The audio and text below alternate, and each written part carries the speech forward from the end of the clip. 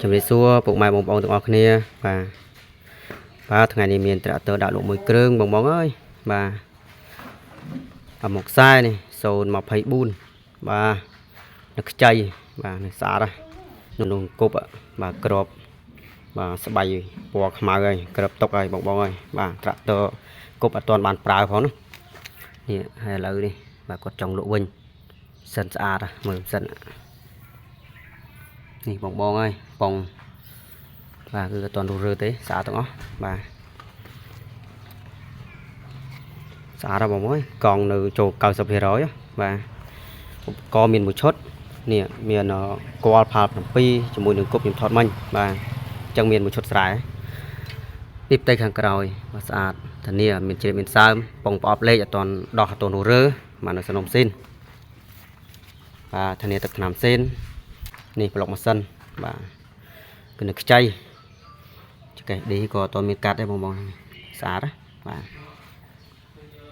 ត្រាក់ទ័រទៅប្រើបាន900ម៉ោងបងបាទ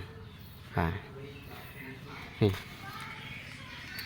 ស្អាតបាទបែលមុខអីទឹកថ្នាំនៅរុញតន់អស់ទេនៅទឹកថ្នាំកំហុំតែងបាទចឹងបងមានតម្រូវការចង់បាន